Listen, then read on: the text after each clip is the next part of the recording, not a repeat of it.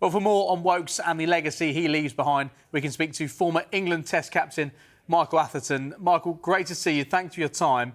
Firstly, were you shocked by Woakes' announcement today? Because Rob Keys spoke to the media last week and appeared to close the door on Woakes' international career with him not being in the squad for this winter's Ashes. Well, absolutely. Once Rob Keys said that, it didn't seem as though Chris Woakes was in England's thoughts. It makes sense to do what he's done today. I mean, to be honest, at the Oval, when he dislocated his shoulder, those amazing scenes of him coming down the steps with his arm and his sling, it felt like it was going to be a struggle for him after that, because the time between then and the Ashes was too soon, really. He opted not to have an operation to try and get fit for the Ashes, but was not deemed to be fit enough to be selected. And he's 36 now. And, you know, an Ashes, as Rob Key said, an Ashes series tends to start a new cycle afterwards. So once he's not going to go on this winter's tour, it would seem unlikely at that age that they're going to be looking to him initially in Test cricket after the Ashes. So no surprise that he's retired, but it's been a fantastic career. How do you think that Woakes will be remembered by both his teammates and the fans? He was such a popular member of that dressing room. Yeah, he's one of those cricketers that you never hear a bad word said about. Incredibly popular, as you say. But more than that, a top-class cricketer. Obviously, he's played for England more than 200 times, 60-odd tests, almost 200 wickets. Bit of a skewed in terms of home and away results with the ball. I mean, his average at home is better, actually, than Jimmy Anderson and Stuart Broad. So fantastic performer with the Duke's ball at home. Bit more of a struggle for him away from home. Good enough batter to have scored a Test match 100 as well. Ashes winner, double World Cup winner. I think when he started out in that very first Test match in 2013, an Ashes Test at the Oval, if you'd have said to him, you know, 14 years later, you're going to be an Ashes winner, a double World Cup winner, and have all those accolades ringing in your ears when you finally step away from teammates and coaches, he'd have certainly taken that. And going back to that debut in 2013, you were on commentary at the end of that Ashes series. The one down under didn't go so well. But back then in 2013, did you see him having the career that he's gone on to have?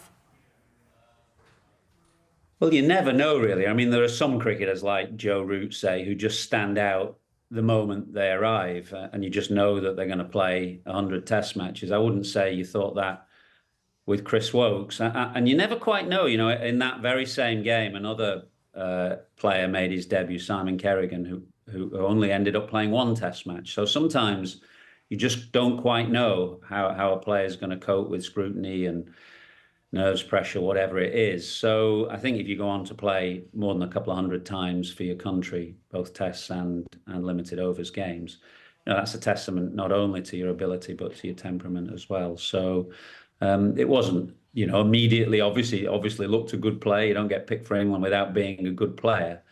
But I'm not sure you could have said then that he'd play, you know, a couple of hundred times for his country. So it's a great credit that he's managed to do that and shown such longevity.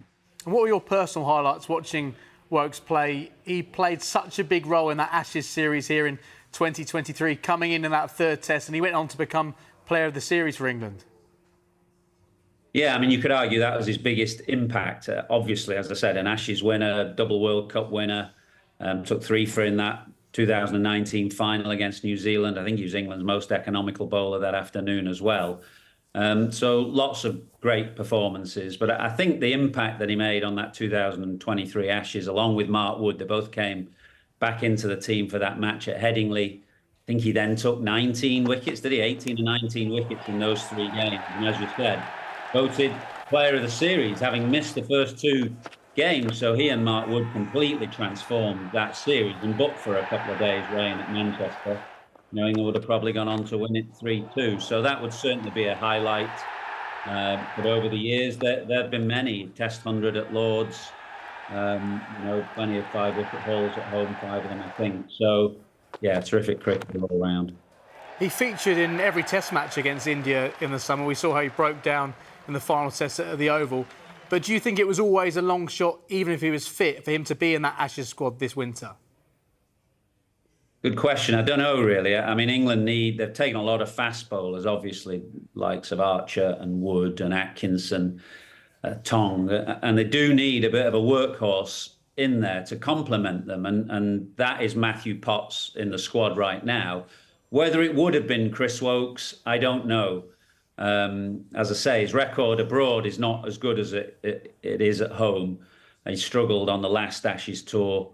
At 36, whether they would have taken it, I'm just not quite sure. But he had played all five tests of the home series, as you say, and he got better actually through that series. He was a bowler who tended to need a few miles in his legs, and he got better and better with the ball throughout that series. So don't know is the answer to that, but it became pretty apparent at the Oval after that dislocation that it wasn't going to be the case for him. And you've listed some of the highlights he's had in his career, but where do you think those two World Cup wins rank amongst his achievements? He was such an important part of that attack in 2019 in particular. Yeah, I think that World Cup, I mean, you win a World Cup, they're obviously special, but I think the 2019 one takes precedent over the 2022 one. One, because I think still the 50-over World Cup still has greater cachet than the T20 World Cup, which come along every 2 years, and the 50-over World Cup is every 4 years. And this was, a great day at Lord's against New Zealand on the back of 4 years where England's white ball cricket had been completely transformed and revolutionised under Owen Morgan. And Chris Woakes was central to that. He was right at the heart of the team, with bat and ball. He was man of the match in the semi-final against Australia, and then played a key role on that great day at Lord's in 2019 as well. His last appearance, as we've seen so much this afternoon already, coming out in a sling against India this summer. You couldn't ask for a better lasting memory of such a team man, could you?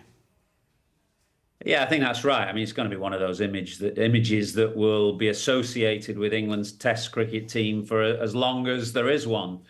I think it does sum his career up, really. An absolute team man, somebody who would do anything for the team. I spoke to him, he was doing some commentary for us in the 100 after this Test match finished, and he said, I couldn't do anything else. And people were doubting whether it was the right thing to do to come out with his arm in a sling, but he said, I had to do it. And anybody who's been in that situation would know that that's right. You've got to try and do it. And thankfully for him, he didn't have to face any balls on that occasion. But unfortunately for him in England, they didn't quite get over the line. But I think you're right. It sums up the kind of cricketer that he was, wholehearted, an absolute team man. And as I said at the start, someone that you just don't hear a bad word about from players, from his teammates in the dressing room. And that's the best signal, really, because what you see is not always what you get. But when your teammates, those people who see you day in, day out in high pressure situations, in and around the dressing room, when they speak highly of you, and when you don't hear a bad word said about him by them, he's been an absolute credit to the dressing room. And finally, looking ahead now to the Ashes down under, what are your thoughts on the squad? Do you feel like England can compete in this 5-test series? Oh, for sure, yeah. I mean, Australia's batting looks a bit fragile. They've got a great bowling attack that's a bit long in the tooth, and we'll wait and see whether Cummins, is fit to start, and whether the big three get through 5 test matches. But definitely England go with a chance. Their own cricket has been transformed since Key, Stokes and McCullum took over, compared to where it was before, which was the last time England went down under on that kind of really bad COVID tour, if you like. So they've got a much better chance than they had then. Lots rests on whether the fast bowlers stay fresh and fit, whether Ben Stokes stays fit, and whether the top order fires. And if those 3 things happen, they've got a chance for sure. Michael, thank you very much for your time this afternoon. Pleasure.